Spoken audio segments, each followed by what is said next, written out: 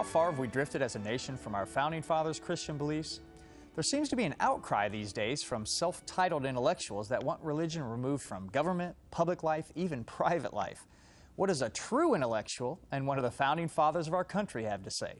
Listen to this quote and see how boldly the signer of the Declaration declared his faith.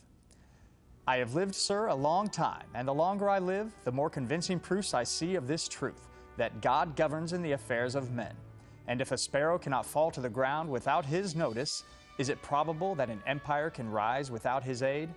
We have been assured, sir, in the sacred writings, that except the Lord build the house, they labor in vain that build it. I firmly believe this, and I also believe that without His concurring aid, we shall succeed in this political building no better than the builders of Babel. We shall be divided by our partial local interests, our projects will be confounded, and we ourselves shall become a reproach and byword down to future ages.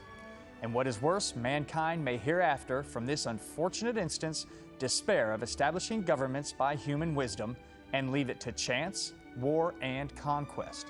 I therefore beg leave to move that henceforth prayers imploring the assistance of heaven and its blessings on our deliberations be held in this assembly every morning before we proceed to business, and that one or more of the clergy of this city be requested to officiate in that service." The author of that incredibly insightful piece, Benjamin Franklin.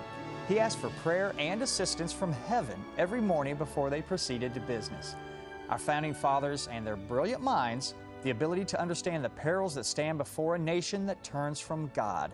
They wrote it down for future generations, but most of America has chosen to ignore it and hope that others forget it. As Christians, we need to remember and remind others of the strong Christian values that our founders, brilliant men like Benjamin Franklin, based this country on. That's it for today's episode of We the People. Please get involved in your community and pray for our nation and your elected officials. God bless you.